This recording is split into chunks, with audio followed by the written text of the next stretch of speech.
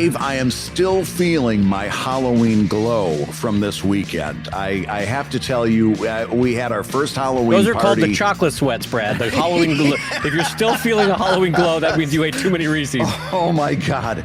Way too many. And the variety of Reese's peanut butter cups. So there's Reese's with Reese's Pieces in it. There's Reese's with the white chocolate. There's a lot of Reese's choices. It's funny. I know we're derailing the conversation right at the top by saying this, but I feel like the Reese's people hired the marketing team from Crest, because Crest about 10 years ago went nuts with there's like 40 different flavors of Crest now, and I feel like that's what Reese's did. They were just like, how about Reese's with turkey in it? Now there's Reese's with turkey. Yeah, and I'm still trying to figure out how they get the stripes to come out on toothpaste. I don't know how they put the stripes in. It's beyond me how you can engineer that. I am constantly amazed when those stripes come out. Brad and 1970s tube filling technology. He's very confused. Yes. But listen, I got to tell you, because this hit me and I wanted to share it with you in the worst way. We're having our Halloween party, and it is a blast. We've got the ghost candy delivery chute all working, poking out eyes left. There was one little kid that came in a ghost, like a traditional ghost costume. Before you tell what happened to the kid, so I've got to say, Brad lives in a Philadelphia, let's call it brownstone, right? Yeah, it's like a brownstone, yeah. So it's got a porch that's elevated. So Brad, in COVID times, can stand 6 to 8 feet above a kid and launch a candy down a tube. I've seen the photos of this. Brad has like a 2 or 3 inch pipe. Yep. Descending down and then curving out into a carved out ghost, like you took MDF wood or something. Like a sheet of plywood and cut it and painted it so it looks like a ghost. With a ghost with a very uncomfortably round mouth. It's a little bit disturbing. But the ghost just... And then the ghost vomits candy. You sent me the photo and all I'll say is it made me uncomfortable. That's all I'm going to say about that ghost with the ultra round mouth. Anyway, so, but Brad... the thing that Brad found is he drops candy down this tube and it comes out exactly at a kid's face at like Mach 3. Like the SR-71 when it was flying over the Soviet Union did not attain the speeds that these candies are coming out at. And that's one thing for a fun-sized Snickers, but like for a jawbreaker, those are all... My wife bought a bag full of jawbreakers, and those dumb suckers, those turn into little bullets. I can't. There's a reason why they called them jawbreakers, because if you drop them down at a kid from 20 feet, they're going to break a jaw, Brad. I hope you upped your homeowner liability insurance before Halloween, because you absolutely took an eye out. Oh my God, it was so funny. Yeah, one kid, it went right in through his eye hole. He was dressed like a ghost, went right through the eye hole. he had to reach up underneath the sheet and fish it out. No. With a jawbreaker? Oh yeah, it was a dum-dum, yeah. But I'm pretty... So Brad's up there going like this. Here you go, dum-dum. Have a dum-dum. You think you want candy? I'll give you candy. Wasn't that the guy on the Flintstones? Didn't he used to call people dum-dum? Yes. Hello, dum-dum. Voiced by... Harvey Korman of the Carol Burnett Show. That was that Martian that floated in the air. It was voiced by Harvey Korman. That was Harvey Korman? Legit? I actually looked this up once. Not somebody doing a Harvey Korman impersonation. It was the Harvey Korman. I did not. Now I kind of want to go listen to that. Anyway, what a convoluted journey we've had this morning on the intro to the show. Well, and here's the thing. I wanted to tell you something that is going to be a hard left turn from the entire tone. There's something that struck me about Halloween. And we were dum-dum in the face. I was standing on the good side of the pipe. But this is going to sound so dumb now. You asked me before, what do I like about Halloween? And I told you I like the dress up part where you're encouraged to dress up and be somebody else. I like the creativity part of it. And I like the sense of the morbid and the celebrating, not necessarily death, but death type imagery. Okay, yeah. And I like that we celebrate vampires and werewolves. It's a time to kind of embrace the darkness, right? All of that is true. I looked throughout my neighborhood Sunday night as we were doing Halloween, and I realized there's one more reason that I like Halloween, and it's the least likely reason for me to like anything, but it's the absolute truth. It's our last holiday that we share broadly in which community activity is a necessary part of the holiday.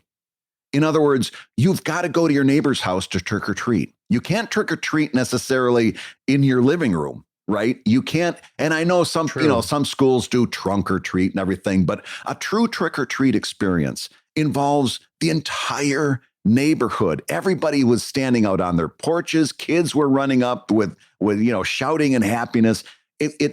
And we don't have any holidays like that anymore, where the entire community celebrates it together. 4th of July, the entire community comes out, but you're all looking in the same direction. You're looking at the fireworks. You could spend the entire time there, never say a word to the person you're sitting next to, and then go home. I don't know of another holiday that brings a community together, or at the very least a neighborhood, the way Halloween does. And I sat there and got all warm and fuzzy over it Sunday night. That is a nice thought. And to feel that's especially true. Yes, absolutely. That's true. And it is nice, though, that you counterbalance that by saying, you know what? These kids, welcome to our neighborhood, come house to house to house to house. And when you get to Brad Geiger's house, you're going to lose a tooth. You're going to lose a tooth because I'm going to launch a full-size Snicker bar right at your nose. So you're going to break a nose and you're going to lose at least one incisor or maybe a molar. I'm not sure. I'm doing them a kindness. All the other neighbors are going to make them lose a tooth over the long run, over years of tooth decay. I'm getting that tooth out right now. Boom, done. Do you have a layaway plan with your local dentist where you're like, I'm going to bring in a couple extra $1,000 for you this Halloween? I do. He gives me a little kickback for everybody that gets sent into their office screaming. And on that note, I'm going to say hello, everybody, and welcome to ComicLab, the show about breaking kids' teeth and making comics. And breaking kids' teeth and making a living from dentistry. I'm Brad Geiger, the editor of webcomics.com and the creator of Evil Inc. And I'm his friend Dave Kellett, who hands candy to kids, cartoonist of Drive and Sheldon, and co-director of Stripped. That actually made that sound creepy. I hand candy to kids. I was laying off of that one. And this week's Hour of Comics Advice is made possible by your support at patreon.com/comiclab. So Dave, let's talk comics. Let's talk comics, my friend. And this show is going out right now to our friends and backers and compatriots over at patreon.com/comiclab at the live gab level, where you can watch the show being streamed live. And we do that every week at a fixed time. And then if for whatever reason you missed the live stream, you'll have access to the archive show. And all of that is available at the $10 level at patreon.com/comiclab.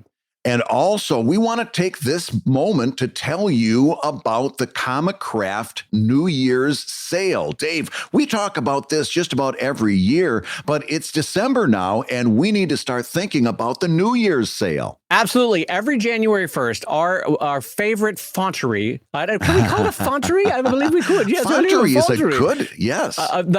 They are makers of really the best comics fonts in the world, Comic Craft.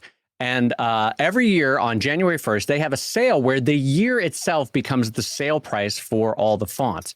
And I got to tell you, their library is amazing. Both Brad and I, over the last 10, 15 years, have stocked up with a bajillion fonts from them. But a font will be, since it's 2022, will be $20.22. Mm-hmm.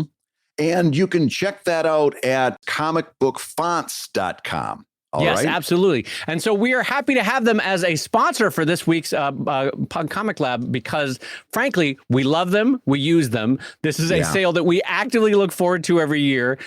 So it is delightful to have them on the show and to let folks know about it. Now, here's how it works. Every January 1st, they take the price tag for each of their fonts and make it based on the year. So on January 1st of 2022, each font at Comic Craft is going to be priced at $20.22. Now, here's where that becomes very important. Some of the Comic Craft fonts, some of the ones that are, most widely used are kind of big ticket items. For example, the font that I've used for years called Comic Crazy is usually $395. on January 1st, you can get that for $20.22.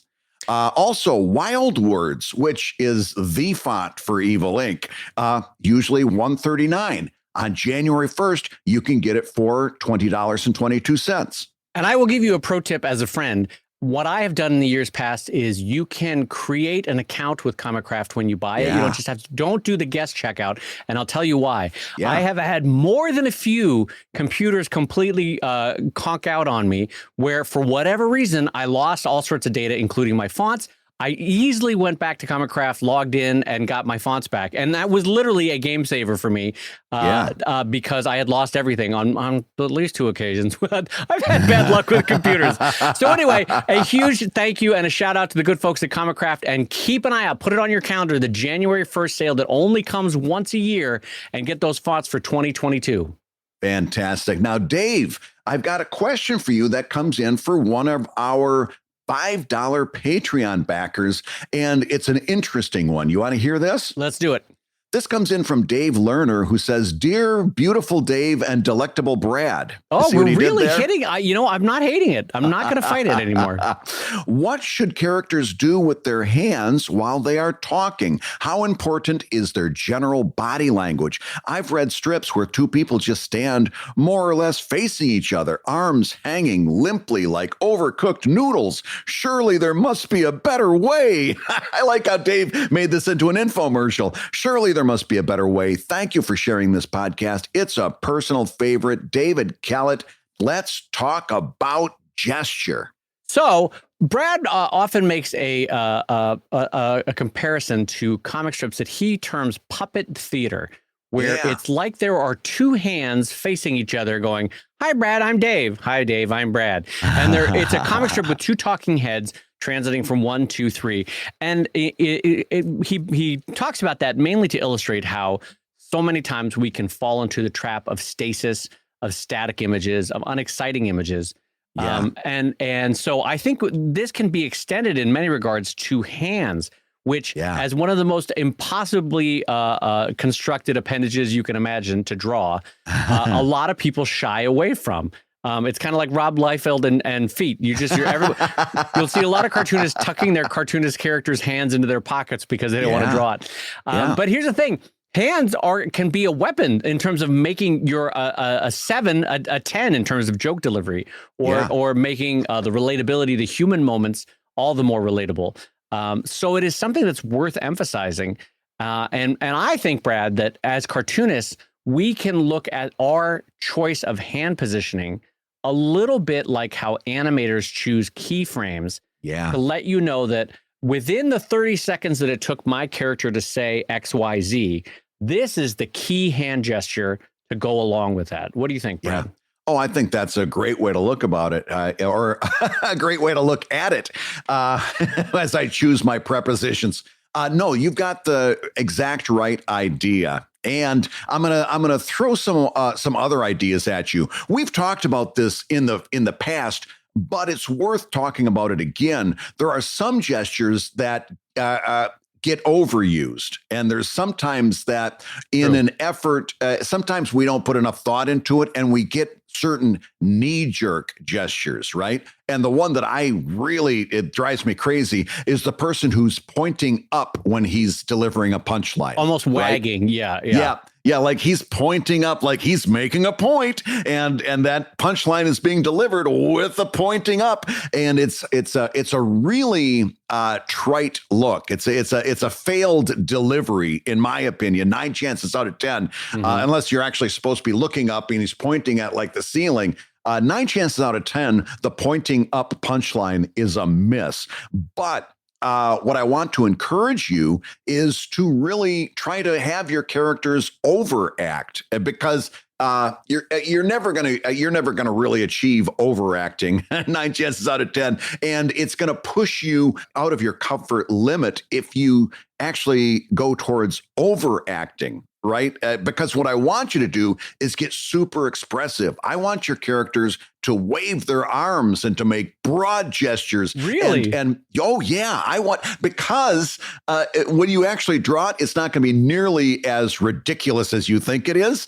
And that's where I'm pushing you towards more emotion, more action. I will be honest that I think I see what you're saying. Yeah. But I think I disagree. Go ahead. Because for me, it feels that when you say that, it feels like, did you ever see the episode of Futurama where Zoidberg's grandfather directed a movie? And he's like, no, I want to see more flailing of arms. I need you spinning around in the background and we need fireworks. Yes. And the point being that like that 1920s, 30s movie making was like, oh, here comes the train. You know, that everything was overdone. Yeah. And so I feel like that's overdoing it. But you're like, no, that's what I want. I want to see overdoing it. I am Zoidberg's uncle. I am Zoidberg's uncle. I embrace that gleefully. I want that. I want overacting, because I'm telling you, what you think is overacting is acting. I want to compensate for the curb. I want you to absolutely go all out in your acting, because so often most of the comics are the way Dave Lerner is explaining them. You know, you're just standing there. And by the way, we've just talked about gesture. We haven't even talked about facial expressions yet. No. I literally I had to keep giving myself this talk that my characters' faces were made out of rubber. Like I had to, because I was so intent on getting on model and then staying on model for my characters, that I was staying on model so much that a smile was like a Mona Lisa smile. But what I needed was a Joker smile. You know what I mean? So I had to keep reminding myself when I was doing the Monday morning quarterbacking, looking at the final art as it appeared on my website, I had to keep reminding myself, Brad, you're not drawing these people like they are rubber-faced, and they need to be rubber-faced. And it took me months of getting it through my head. I started drawing rubber faces about a month and a half ago.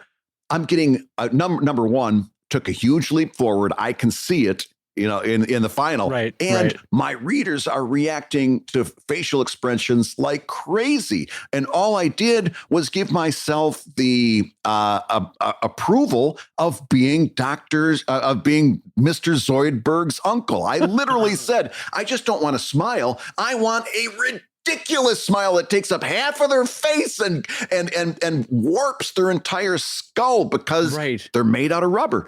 And once I did that, I can't tell you, my work got so much better in a short time because I gave myself the permission to be Zoidberg's uncle. Okay, well, I'm telling you, that's what it is. I love that you're embracing the Zoidberg's uncle thing, but I will say a couple of things here. Yeah. I think both Brad and I will argue against the sort of limp noodle limbs hanging at your side that feels like you're in a Ziggy cartoon or a Drabble or something, you know? Yeah. Because that's boring. It doesn't give you a lot of energy. I think where Brad and I differ, and this is okay, it's just subjective, is that Brad is trying to recreate the energy of a 1930s melodrama on stage being lit by candles, and I'm no, but Brad, I will say this: Brad as a longtime fan of Plastic Man, and I'm not making this off the cuff. I'm saying he grew up appreciating a certain type of drawing style that had hyperbolic facial and gestures, I would think, right? And I think that I prefer a more subtle, but some might say boring gesturing in my comic. So I think there is a subjective fork in the road where you could go. Both of us are arguing against limp noodle limbs. Yes. But Brad is arguing for a certain, I don't know how to describe it. I'm going to take another pass at this to see if I can do it, to see if I can do this better. Because this goes back to gesture, which was, of course, the original question. But I had just this past week, I had a comic in which Mismatch confronts Captain Heroic. Right. And so she's pointing at him, making a confrontational statement. and he's defending himself against it. Like, yes, you did this. And he's saying, no, I didn't. Right. Well, you can do that a number of different ways. And also camera angle plays into this too, right? Whether you pull up or push back. Yep. But without going into the weeds too much, I had her lunging at Captain Heroic, and not just pointing, because there's a lot of different ways you can point. There was no angle to her elbow. Her arm was straight out, and it was one of those points, and this is going to be tough to do on a podcast. Her arm was straight out, her palm was down, and her finger was up. Sure. It was I got this. Okay. Right. And that kind of point, kind of like an Elvira, Mistress of the Dark kind of point. Yes. Yeah. Yes.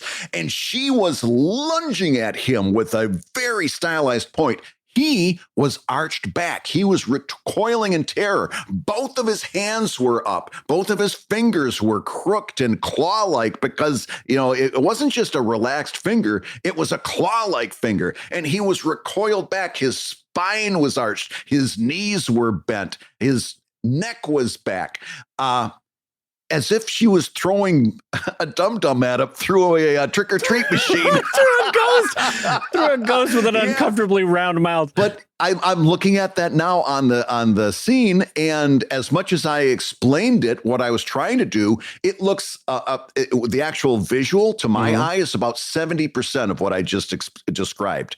But it's still 100% better if I would have just had her pointing with her arm kind of relaxed, and him kind of up with relaxed fingers. You see what I mean? I'm playing for the curve. I thought I was at a 95. It actually came out looking like a 70, but it's still better than what I see most of the time, which is a 30. So I'm genuinely surprised that we ended up here. I did not expect this conversation to have me disagreeing with you. Yeah. But I feel like you're at the Spinal Tap 11 and I'm at a Spinal Tap like 6 or 7. And we both think that we're right, and that's fine because, frankly, every title has its own range of what is quote unquote normal. Yeah. And if I don't know, if Dilbert had Dilbert making the pose that you just described, it would look very weird in Dilbert. You know what I mean? Because the energy of Dilbert is weird, kind of frankly hanging noodle. But what I'm getting at is it is a subjective choice and a range of reality for each individual title, i.e. it has to match the style and the tone of what you're putting it in. You know what I mean? Like, for example, if you are of the cartoonist that might do the type of cartooning where the character is leaning back, straight leg, boing, they've been scared, the hat is up a little bit. You know what I mean? I've never done the jumping up at a punchline thing. I know exactly what you're talking about. It was a very Mutt and Jeff thing to do, jump it's very up 1930s. Diagonally back from a punch. So that I haven't done, but go ahead. Go ahead. To me, that feels like the wheelhouse of what you're trying to get at. You're like, no, use every muscle, use every expression. And to me, that feels kind of the Mutt and Jeffy style of like, it's got to be over the top. And I feel like that's a Spinal Tap 11. And you're saying, no, that's what you want, because if you shoot for 11, you're going to hit a 6 or 7. That's what you're saying. I'm going to give you one more example. I want you to watch, and by the way, this is no punishment. Watch Spaceballs sometime. And there's a great scene in which they reveal, it's a Mel Brooks movie. Watch Spaceballs. They reveal that the password for this force field is 1, 2, 3, 4, 5, 6, 7. You remember that scene? I don't, but keep going. I know Spaceballs though. Yes. And the punchline is that sounds like what an idiot would have on his luggage. Watch the 3 characters. It's I'm going to blank. There's a really famous character actor, Rick Moranis and Mel Brooks. The 3 of them, they deliver that punchline. Watch them when they deliver that punchline. They each do almost like a dance as they deliver it. They do a stutter step back and their shoulders bounce. Yeah, when they that's a very Mel Brooks stuff. Ha! It's like it stings. Yeah, he's very good at that. If you're just watching the movie, you don't notice it. But I've watched that movie so often that I've picked up nuance. And they did that on purpose because it was such it needed a dance to completely deliver that line. Well, yeah, you needed to its full effect. You needed to let your audience know that they had that as their luggage password. Yes. Yeah. But For me, I guess what I was getting at is I think the gestures need to be here's the thing. Brad's comic strip is in some senses hyperbolic because these are super powered humans that are highly charged emotional because they're usually in romantic situations or breakups or fights about who smooched who, or at the same time, who knocked down that skyscraper, right? That is a hyperbolic situation. So it involves a lot of kinetic energy physically. Whereas my point was going to be that the average human body, no one leans at a 15-degree thing and points a hand like that. No one, I've never seen anybody do that aside from at a knockdown, drag out fight outside of a grocery store one time. But in Brad's world, these are superheroes that are in knockdown, drag out fights every 30 minutes. You know what I mean? Or in highly charged. So what I'm saying is it fits in that world. Yeah. I don't know that I would recommend that for the average person's comic, though, is what I'm getting at. Well, listen, I don't want to sound argumentative. But I do want to point you to another source that has very similar advice, and that's a book called How to Draw Comics the Marvel Way, in which another one of my heroes, John Buscema, talked about this very thing. And he says, if you're going to have somebody throwing a punch, there's a large range of motion that you can have throwing that punch. The middle range over here is serviceable, but it's not great. But if you're going to draw someone throwing a punch, you have that person either wailing back for a haymaker or following all the way through so their entire body is coiled around. And the person getting the punch doesn't just fall back. He flies back. He's completely walloped. And that may have been, and I read that like I was, 8 or 9 years old, very formative. And that's one thing that really carried with me. Yeah. So first of all, I agree with you and with John Buscema that when you're choosing which keyframe to illustrate, you do want to grab either maximum potential. We talked about this before: maximum potential energy or maximum kinetic energy in terms of a punch, right? So I agree with you on that. What I'm getting at, though, is that the average human doesn't use that level of kinetic energy to point, but you're drawing superheroes, which John Buscema was also drawing, where the kineticism, the hyperbolic nature of what they're doing, the physicality of what they're doing is not like Office, where you'd have Pam walking in. Pam wouldn't, you know what I mean? Like, it was not, maybe that's not a good example because they were very clown-like, but what I'm getting at is the average human doesn't point like that. You know what I mean? Yeah. But you're saying for your comic, you want that over the top energy. I'm not finding a middle ground here, and maybe that's okay that we don't have a middle ground. But I want to bring one more point in, and this is very much something that's been on my mind too as we've been discussing this, and that is this.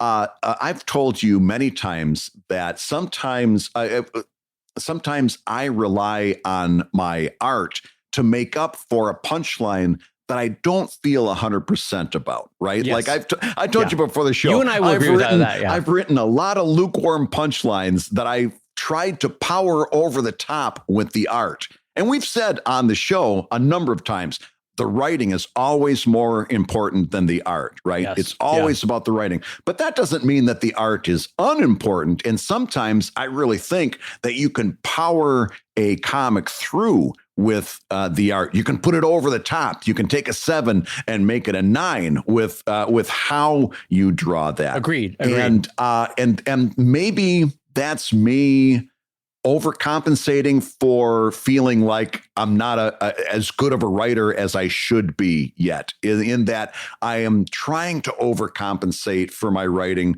with some real over-the-top art to push it through. I'm perfectly willing to say that psychologically might be what's happening, but what I want to tell you listening at home is if you're writing stuff that you feel that it just isn't connecting the way you hoped it would, and that it isn't coming across the way you thought it would. One of the things I want you to look at is exaggerating your gesture a little bit more. Try to. That's one thing that I would suggest as a potential fix, because I do think that some of the answers could be found in being more expressive with your figures. Well, and again, I am not saying that you are wrong, and I don't think what I'm getting at is I think that there is a subjective range of choices in terms of how expressive, and that what I was getting at in terms of saying you were a fan of Plastic Man and that you're writing in the tradition of comic book heroes is that there is a whole tradition of larger, like when Ben Grimm gets mad, Kirby used to draw him like bird's eye view, fist in the air. Like Ben Grimm didn't just stand there and go, "I'm having a bad day." He would go, "Holy jolly blolies!" I'm, whatever the hell Ben Grimm would used to say. Jumping to Jehoshaphat, I will punch a power pack of it. And everything was. What I'm getting at is you grew up on a tradition of hyperbolic comic stylings. Because that's what you loved. And there's nothing wrong with that. That is every comic book that any of us ever read from Marvel or DC or, that kind of thing, that tradition. Yeah. What I'm saying is, as a different subjective choice, that I find, to me, that the most effective use of physicality in terms of this specific question with hands is sometimes the smallest movement of a hand where maybe two hands are gently touching fingertips nervously as a character is talking, and then the hands rotate. Sometimes that tiny little 10-degree rotation can tell you all you need to know about the nervousness of a character or their own apprehensiveness or, how they're feeling about when they're trying to make a point that's big to them. What I was saying is that even a small physicality is, you and I would both agree that something is better than nothing. I think you and I just disagree about the range in which you then take it. And I don't think there's anything wrong with it. I think you might be right 99% of the time in the way that you're drawing comics, and I might be right 99% of the time in the way I'm drawing comics, because it is a subjective choice to the style of comics that you draw. Absolutely. No, I could co-sign on that 100%. And particularly with the hands. And I'll tell you what, that was one of the first things I learned when I started doing not safe for work stuff, was it wasn't necessarily about the body parts that you expect it to be. 9 chances out of 10 to make a scene really sparkle, it was about where the hands were. Yeah. Was it on the cheek? Was it on the neck? Was it on the hip? Was it on the shoulder? Those are 4 different embraces that are very, very different. And once I started paying attention to where I was placing the hands and how I had the hand positioned, whether it was flexed or relaxed, there's so much emotion that you can get through to make scenes really, really vibrate with intensity. And it all comes down to hands. And here's where I will compliment you on this, is that I have seen it where you have had a relaxed hand where suddenly a pinky is in a very different position. And just that little subtle twitch lets you know that, there was a spark there. Something happened. Yeah. And so, yes, that, to me, that is a... but again, all of that comes down to the choice for the moment. And so both Brad and I would say, by all means, keep your characters moving, keep them going. I lean in a slightly different direction than Brad, but I think both of them can work subjectively for the subjective type of styles that we're drawing in. Absolutely. Because, for example, Brad, let's take it something different. Like if you took the violence and the physicality of Invincible and put it into Drive, it would suddenly feel very dark and gore in Drive. The amount of blood that Invincible has.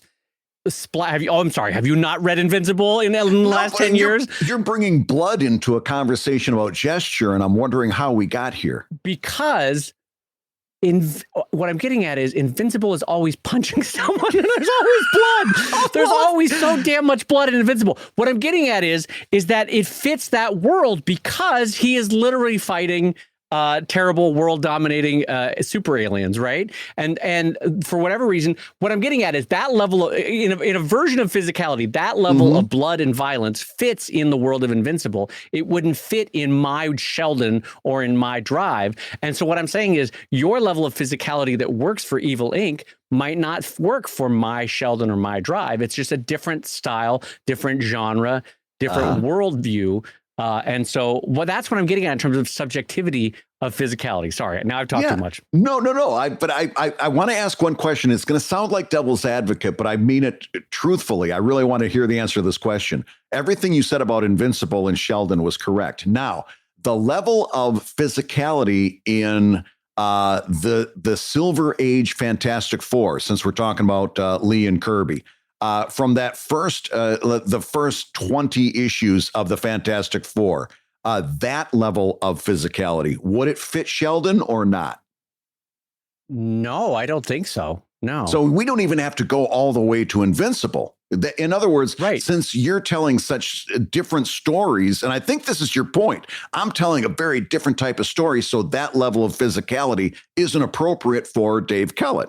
Right. Is that fair? And that's what I'm getting at is that both you and I are right in the sense that the physicality that worked for Bill Watterson in Calvin and Hobbes, which at its most kinetic was hyperkinetic. When Hobbes would come flying out the kitchen door and knock Calvin ass akimbo there, that was hyperconnectivity. The door was bent. The stairs didn't even they almost had a crazy cat kind of curvature to them. That was hyperconnectivity or hyperactivity. And then, but you compare that to an average Drabble, both of which are comic strips, the same style, the same format of telling comics, right? Very different levels of physicality and gesturing. Both work because those are both subjective choices for those comic strips. Then what the next question is: do you approach gesture differently when you're doing Sheldon and when you're doing Drive? Because Drive is more of has more action in it. It has more story in it. It's a different approach. Do you approach gesture differently in Drive than you do in Sheldon? Yes. Yeah. Yes. And how is that? So, in a way that's probably noticeable to no one but me, Drive is about 5% more realistic than Sheldon. And that Sheldon, that duck is basically a body made of sand. It's like a bag of sand that moves around. You know what I mean? Like, he's elastic. His face is elastic. He's made ridiculous faces. And frankly, the aliens in Drive are that same kind of hyperbolic gesturing, especially in facial expressions. They're like, you've seen my wide-eyed, and that there's nothing in human nature that it gets that wide-eyed. My humans don't necessarily have that in Drive. They do have it in Sheldon, but yeah. So, and even there, it's a subjective choice and a subjective range of what reality accepts for the same artist, but just different titles. Yeah. So that's why I'm saying both you and I are correct in our own subjective way here, because it has to fit the mood, the tone, the tenor of the comic that you're drawing. Right. And every comic has its own subjective range of what is normal for physicality in that world. Yeah. And you kind of, it's kind of like that Supreme Court definition of pornography. You know it when you see it. You know when a comic breaks out of its own range. You're like, well, that doesn't fit. Drabble wouldn't do that. You know what I mean? That kind of thing. But you also know when it works for that. Well, anyway, it's a weird subjectivity that works when it works.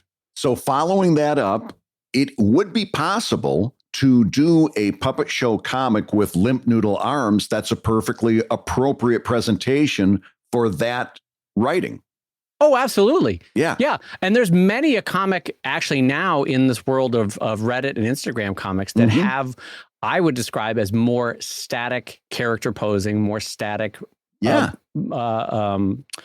angles in terms of being puppet theater comics that work just fine, because I still argue that the writing is 60-40 with the art, or 70-30 sometimes with the art for a lot of comics. So you can absolutely carry the day with really good writing and strong joke writing with so-so or static art and have it work. And so if you suddenly I'm trying to think of a comic that's I'm almost looking on my bookshelf right now, very static.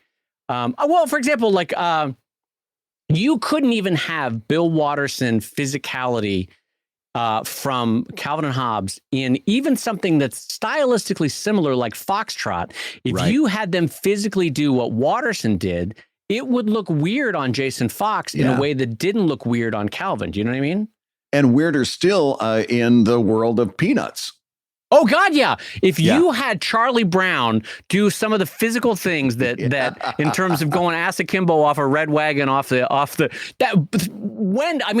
saw it. The only time you saw it was Lucy pulling the football from Charlie Brown, but I can't even describe in a way that's not, I mean, everyone knows it in their eyes.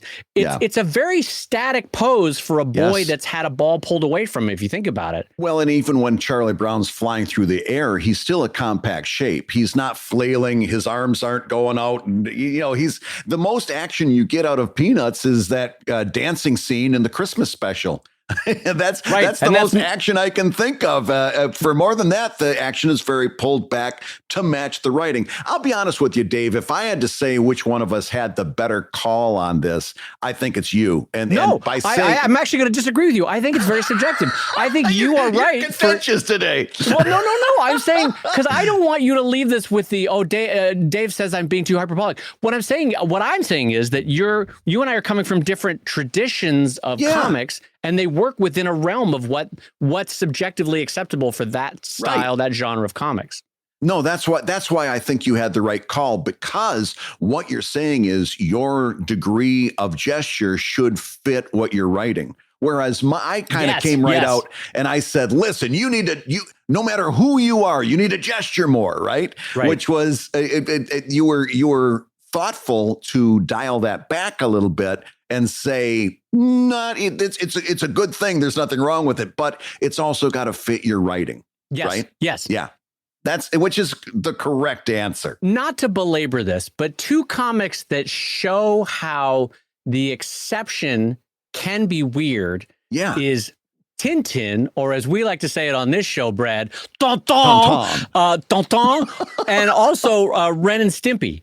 And I'll tell you what I mean by that. Ren and Stimpy and Tonton both change their styles and change their level of elasticity and gesturing when doing certain kind of close-ups or certain kind of object focused camera shots, right?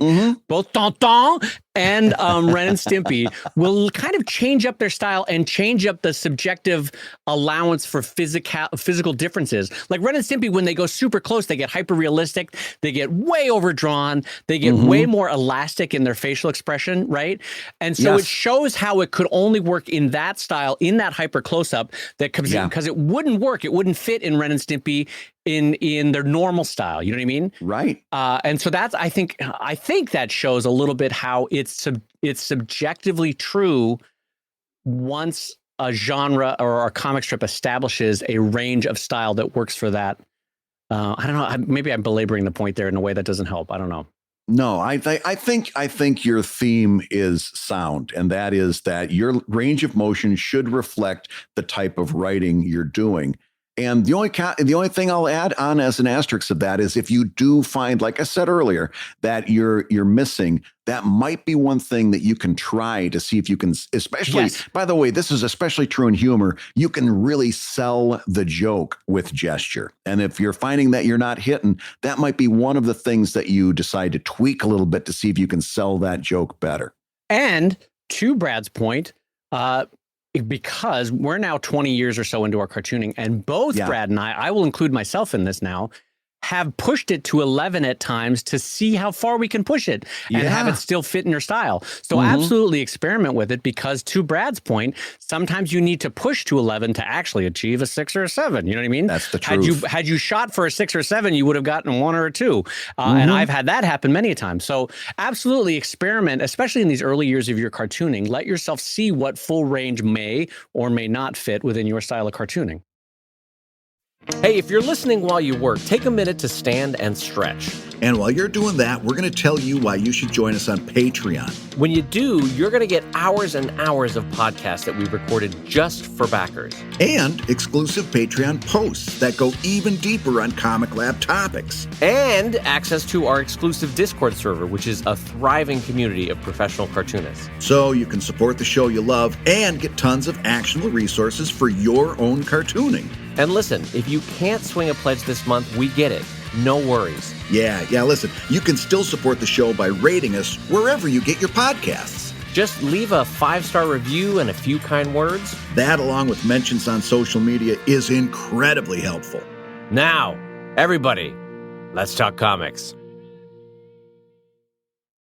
All right, Brad, we have to give a huge shout out and a thank you to our sponsors for today's show, the good folks at Wacom at WACOM, the makers of the Wacom One, which I, just before this podcast, Brad, was doodling away on, sketching out tomorrow's comic. So I give a huge personal thank you and a thumbs up from Dave Kellett on the old Wacom One. Absolutely. It's professional, portable, and powerful. And it's what you want if you find that you're doing some work on the fly. You're going to want that Wacom One. Also, like we've said in the past, if you're on the fence about starting digital art, that price point is going to be so reasonable, and the effect that you're going to get as you're actually studying whether you like this as a procedure. This is going to be the best way to find out if digital art is right for you without sinking a whole lot of money into it. It's the Wacom One, and it really is your best bet for digital art. Amen. And I'm just going to say you gave me the best visual tagline, and Wacom, feel free to use this for your next ad campaign if you want. So you said perfect for drawing on the fly. So I'm imagining the part one of this ad campaign is two pictures, right? One person's drawing like in a park with their Wacom One, which you absolutely can do. Yeah. So the first is like drawing on the fly, or in the second one is they're home on the couch or resting on your fly, the Wacom One. So Wacom, feel free. Feel free to use that one. They're like, yeah, thanks, Dave. We're okay. We don't need to. We already talked about how the Wacom One does not heat up your crotch, and we put that clip out on social media, and Wacom retweeted it. Which I thought was great. That's why I like having Wacom as a sponsor. Is that they're just good people. They're having fun. They're having as much fun doing digital tablets as you and me are doing a podcast. Absolutely. So we give a huge shout out and a thank you to the good folks at Wacom at wacom.com, the makers of the Wacom One. And Brad, I believe you have a big update for everybody on the show today. Do you not, my friend? No, I've got nothing. I'm teasing. I do have an update. This is something that came up not too long ago that I was talking about these topics. And I kind of, all of a sudden, the penny dropped and dots connected. And it's like, that's something I want to talk about. And that is this. We've talked about many times. I've specifically said that I think comic conventions are a really bad idea because the money's just not there for most of us. By the time you actually add up all your expenses and take a look at the money you've made, 9 chances out of 10, you're in negative territory. And what I always hear back from people, whether it's on the Patreon page or social media or on the Discord server for ComicLab, the pushback always is, but Brad, I want a network. In fact, this is what this is an update to on a previous show. We took that as one of our major questions. How do I network at comic conventions? Networking supposedly is so important. So important that you gotta, spend money to go to a comic convention because you're so intent on networking. Right. And all of a sudden, it occurred to me, I wonder if I go to all these people, and I didn't actually do it, but as you can see for yourself if this holds true. I said, I wonder if I go to all of these people who are so wound up about networking, and if I went to their social media, would I find them commenting on other artists' work? Because that is networking. Commenting on somebody else's work, interacting with somebody on social media, getting involved in a conversation. In fact, all of those things that Dave and I talked about when we talked about social media, all those tips that we said, be complimentary, know the room, all those things, have good awareness of your surroundings socially. All those things that Dave and I talked about apply directly to this. And I wonder if you are one of those people who have convinced yourself that it's so important to go to a comic convention so you can network. Look at your social media and ask yourself, am I using social media, which is free, by the way? Am I using social media to do this networking that I keep saying is so important to me? That's true. I'm gonna give you the quick answer. I'll bet you it's no. No. And without making this confrontational, I'm going to take that and flip it on its side. If you are genuinely very concerned with networking, if networking is something that you're very concerned about, perhaps one way that you can do this without going to a comic convention is to up your commenting game on social media. Yeah, it's true. It's a version also, Brad, of, everyone in a relationship a little bit gives off what they wish was coming their way in a relationship. It's one of the hidden little secrets that if someone is helping out a lot in a relationship, what they wish is for their partner to be helpful in a relationship. If they're being very affectionate, what they're wishing is that their partner was very affectionate.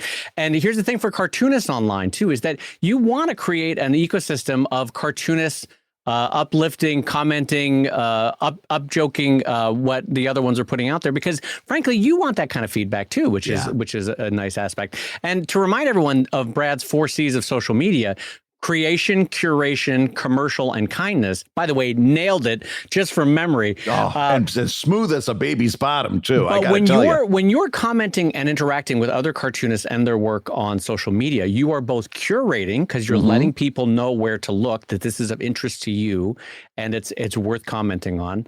And you're also practicing kindness. So you're nailing 2 in 1. You're getting 2 for the price of 1 when you're commenting on other people's social media. So Brad, I think that's a great update. Thank you for that. Yeah, absolutely. And now, Dave, I've got a question for you. This comes in from Chris Russell, who says, I've got a question about copyright laws. Are comic creators allowed to create spoofs and cameos of established characters from major studios without breaking copyright laws, especially for the sake of a joke?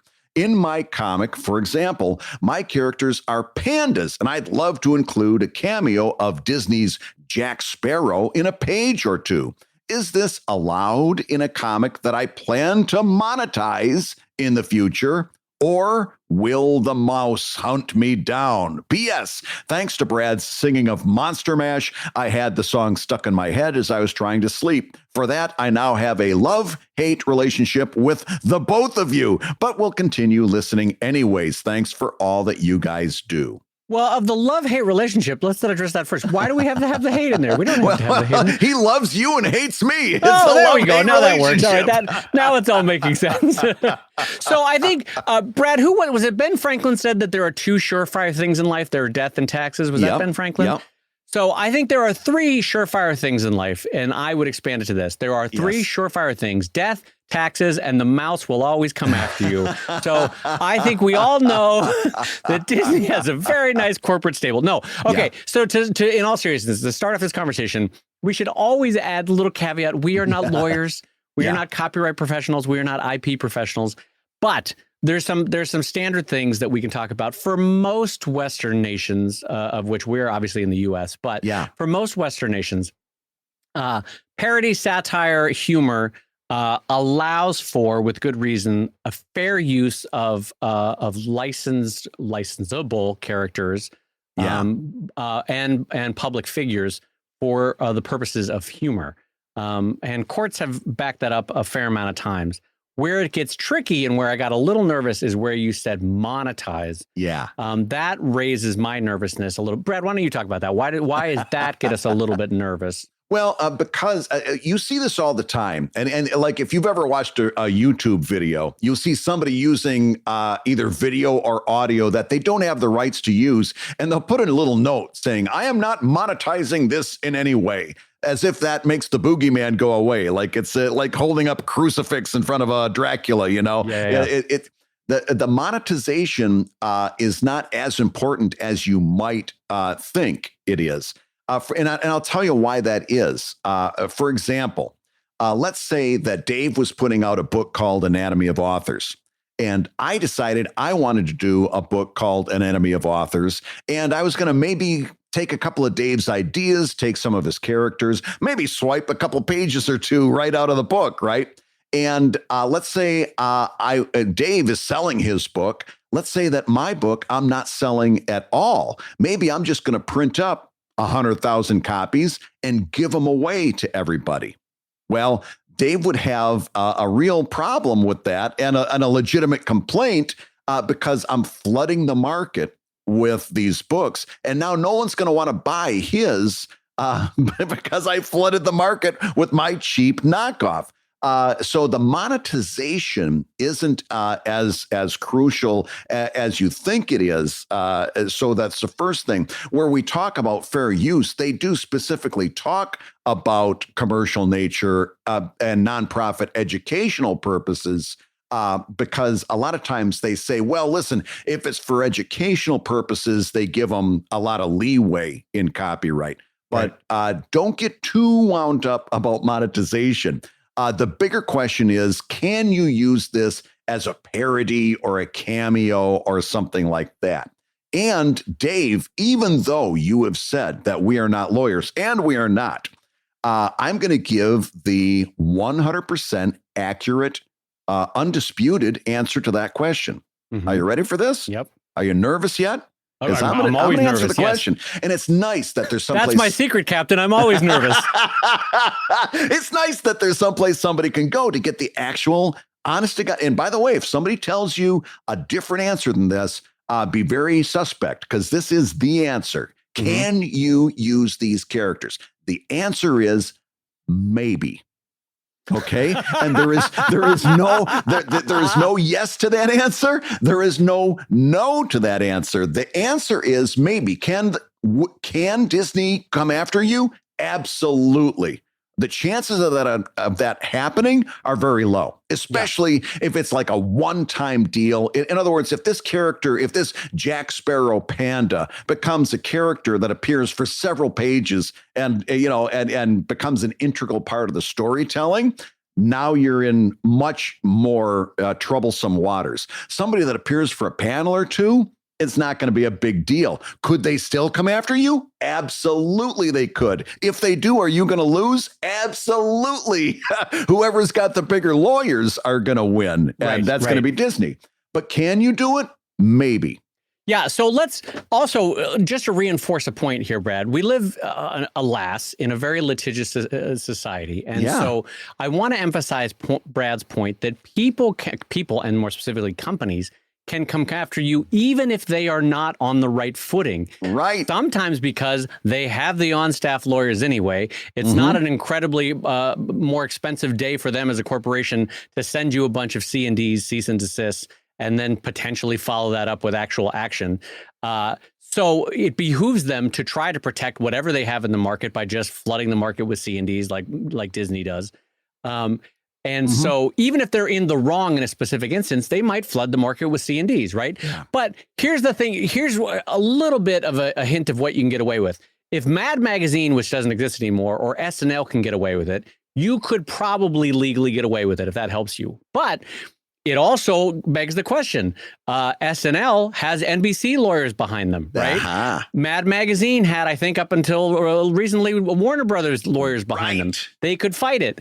And they had the rights to half that stuff in the first place. Yes, exactly. But if Eddie Murphy could come out on stage and go, "I'm Gumby, damn it," and the Gumby people really wanted to argue for either the harm of a trademark or the harm of a copyrighted character, which they did not give permission to use, they probably could at least have a marginal chance of at least establishing a court case. I don't know if they would win, but what I'm getting at is, of course, someone can sue you. Of course, they can come at you. It also kind of depends on the legal backbone that you personally have and what you could afford to mount as a defense. So it gets tricky. So what you're allowed to do varies a little bit from what legally might actually happen, in terms of people coming at you. This is going to be the most contentious episode of ComicLab that we've ever What did I do wrong? What did I do wrong? The one thing that makes me nervous, I'm not going to disagree, but I'm going to say it makes me nervous, is for somebody to say, well, Mad Magazine can do it, so therefore I can do it, or SNL can do it, therefore I can do it, because of the reasons that you just pointed out. They have much more formidable lawyers, and they're backed by companies that have deep tentacles into all kinds of different rights. Right. I'm not super comfortable telling somebody that if Mad Magazine did it, then it's okay for them to do it. Okay, here's the thing. I actually don't disagree with you. Yeah. I'm not saying that legally it's the smart strategy. I'm saying legally they could do it, is what I'm saying. There's a difference. I'm saying if you were willing to sort of take the brunt of the fire in the same way that an SNL or a Mad Magazine might take. The thing is, nobody goes after SNL anymore. Nobody goes after Mad Magazine anymore, because it's also a longstanding public tradition that those are places of parody and satire. And so every court would throw it out within seconds. But but like, for example, believe it or not, it was Hustler that had to go to the court and for a good standing part of free speech in America to protect against the whatchamacallit case. What was his the evangelical pastor that had the famous case in terms of fair use of a public figure. Oh, now I'm blanking on it. Was it Jim and Tammy Faye Baker? No, it wasn't. It Jerry was Falwell? No, it was Falwell. Yeah. Okay. But so compare that case. So Hustler goes against Falwell, and compare the case where the people used the visual likenesses of the Three Stooges for purely commercial aspect, no commentary. It was just them using the Three Stooges on posters, T-shirts, that sort of thing. One, because it made a commentary, the court upheld it. The other, for the Three Stooges, because it made no commentary, it made no parody, made no satirical point. It was purely for commercial. The court knocks it down. So, yes, you can get away with it, and you most likely will, because you most likely will fall under the radar of any of these corporations. Yeah. But also because you theoretically should be allowed to do it within most fair use or parody or satire laws in the U.S. But again, that's different from what could happen if a corporation decided to train its guns on you. So it gets tricky. My attitude is always like, I will use it until I get the C and D, and then for me, it's no water under the bridge if I have to take it down. It doesn't bother me, you know. And if you want to hear somebody talk about this topic even more intelligently than even Dave or I, you can hear an episode of Comic Lab where we had special guest Katie Lane back in August of 2018. And you can still find that. I think it was August 23rd, 2018. So it's one of our early shows. Katie Lane, a practicer of the legal arts. Yes. I will say, our favorite lawyer in the world. Katie is a human delight and also a genius in the practicing arts of law. And that I highly recommend that episode. But I will make one other point, which is I remember when Penny Arcade got in trouble with Strawberry Shortcake. And I don't remember what the other piece of IP was. Oh, I remember this. Yeah. But this was a specific legal wrinkle that you can't use one form of intellectual property, which is not itself being taken as a parody or satirical shot, and use it against a second form of IP. I don't remember what it was. Let's just say it was a Kleenex brand at this point. Do you remember what it was, Brad? I don't remember what it was. Probably a video game of some sort. No, I know what you're talking about. I don't remember it off the top of my head. No. But basically, they had to take that comic down because they used Strawberry Shortcake, which was not being parodied. It was not being a form of satire for Strawberry Shortcake, and used it against something else. Or maybe I had have that reversed. I used something else against Strawberry Shortcake. Regardless, what I'm getting at is you can't use a form of IP to attack another form of IP. Right. That was a unique wrinkle in fair use law that I had not previously been privy to. So that one was an interesting thing to see. I would say, though, in most cases, you will fly under the radar. In most cases, you're going to use it on a short-term basis. You're going to be smart about it. You use it for 1, 2, 3 installments.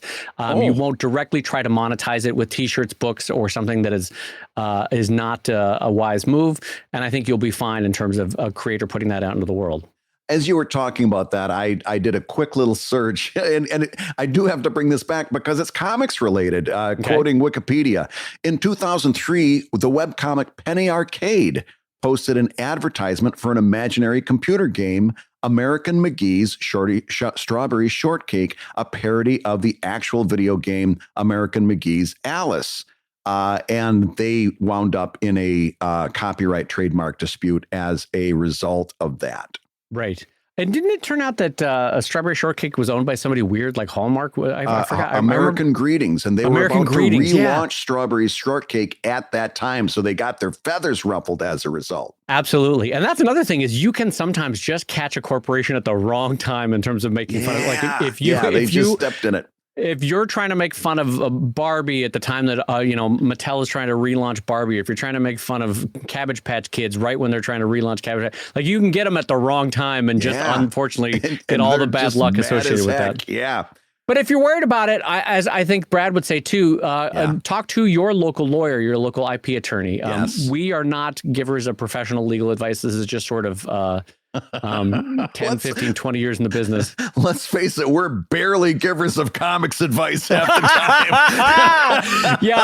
Yeah. Don't base your legal decisions on what Brad and Dave say. Well, Brad and Dave said that I could do this. They said it was fine to incorporate Mickey Mouse into everything that I draw. I don't see what the problem is.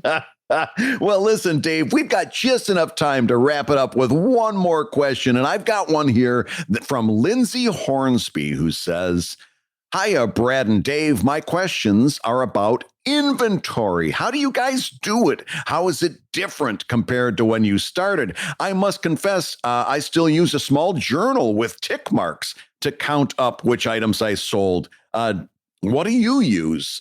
So let's talk a little bit about inventory. Dave, how do you do inventory? Well, this is going to be a profoundly unsexy answer, Brad. Profoundly unsexy, because people are going to want to think like, well, what I do is I initially plugged in the numbers when I ordered them from the printer, and then my inventory robot keeps track of every individual sale and applies it to my cross-balanced database that I... Here's the thing. I go out to my warehouse and I count stuff. That's the shitty part. That's the shitty truth. Is that I just count stuff. Beth and I, every 12 to 18 months, we put it off as long as we can. Yep. And then every 18 months we go, we got to keep inventory of this, especially when things are running low. Like if I have 500 and over, I don't even bother doing inventory. I should. My accountant will be mad at me for not keeping accurate counts.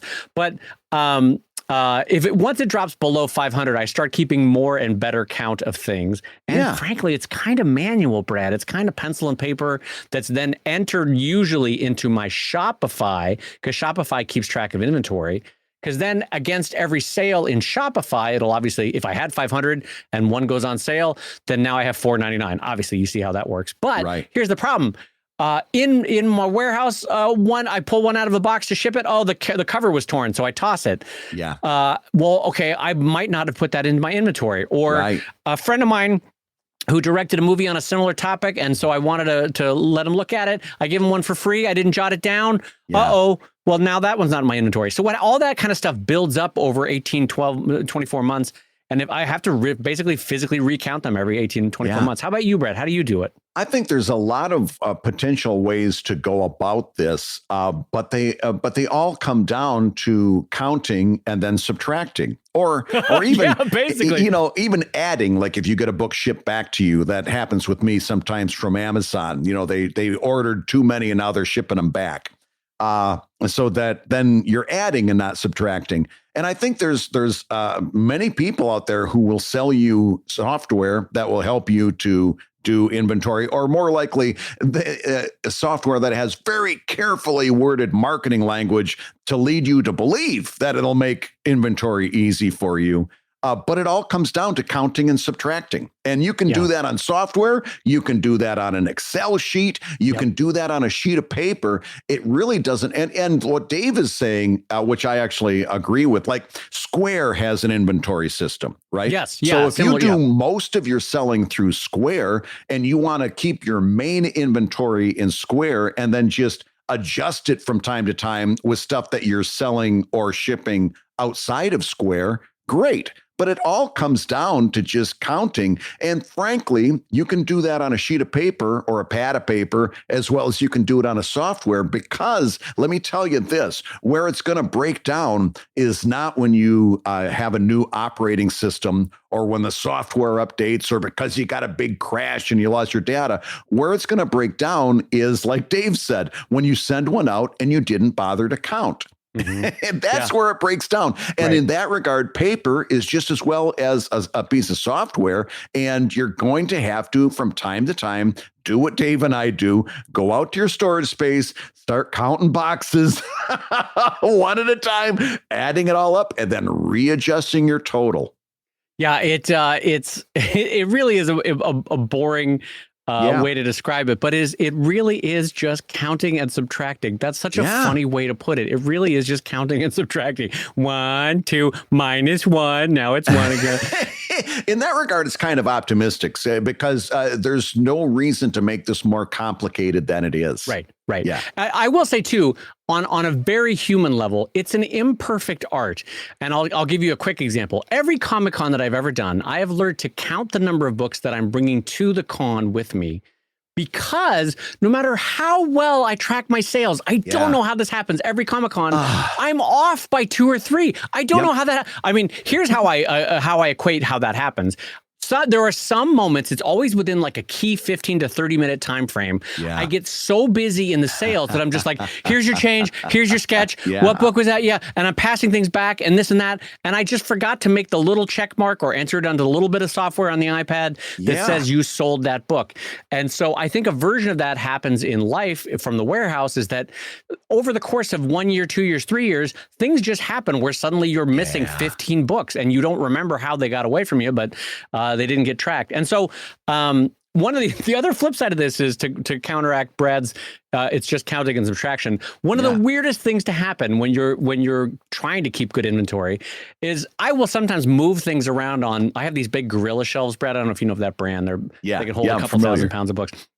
So sometimes I'll move my books. If I have a new book coming in, I'll move all the books around to make space. And somewhere in the back, I'll be like, holy hell, here's a box of books that I didn't even know was back here. I have an extra, I thought I was sold out of this thing, and here's an extra 45. Yeah. Good job, professional inventory man. Well done. I got to tell you. You see that happen all the time. I was following Scott on Twitter, and he found a bunch of original art that he forgot he had. You know, it happens from time to time. Yeah, especially as your career goes longer and longer, you'll suddenly stumble upon a box that from 2 moves ago. Yeah. And you're like, oh, I didn't know I had this book anymore. This is amazing. All right, well, there you go. But anyway, all this to say is inventory is not fun. Both Brad and I probably put it off as long as we can before we do it. But it really just comes down to a notepad, usually a pencil, and just counting boxes and then counting average within that boxes and going from there, that kind of thing. And then going too far and recounting, and then recounting again. And then someone walks in to ask you a question, you forgot where you were, and you start over again. That's the joy of inventory. Yep.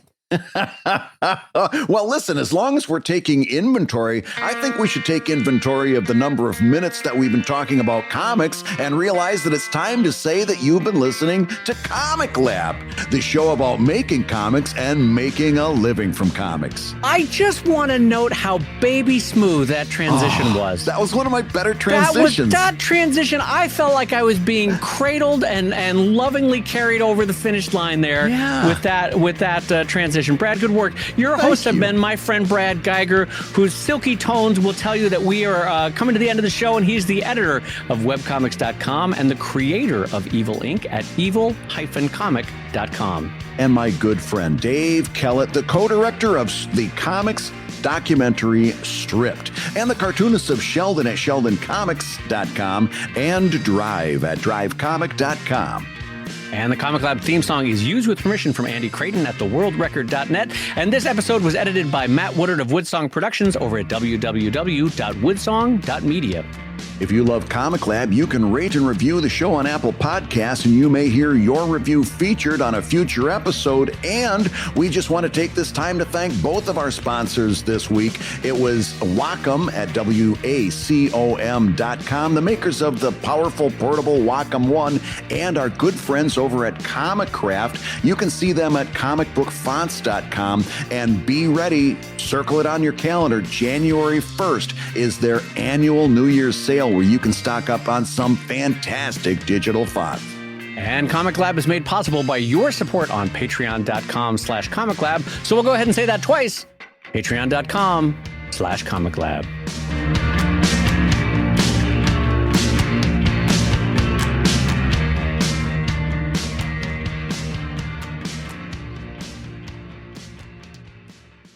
Oh, who are you dressed up? Looks like you're a lawyer.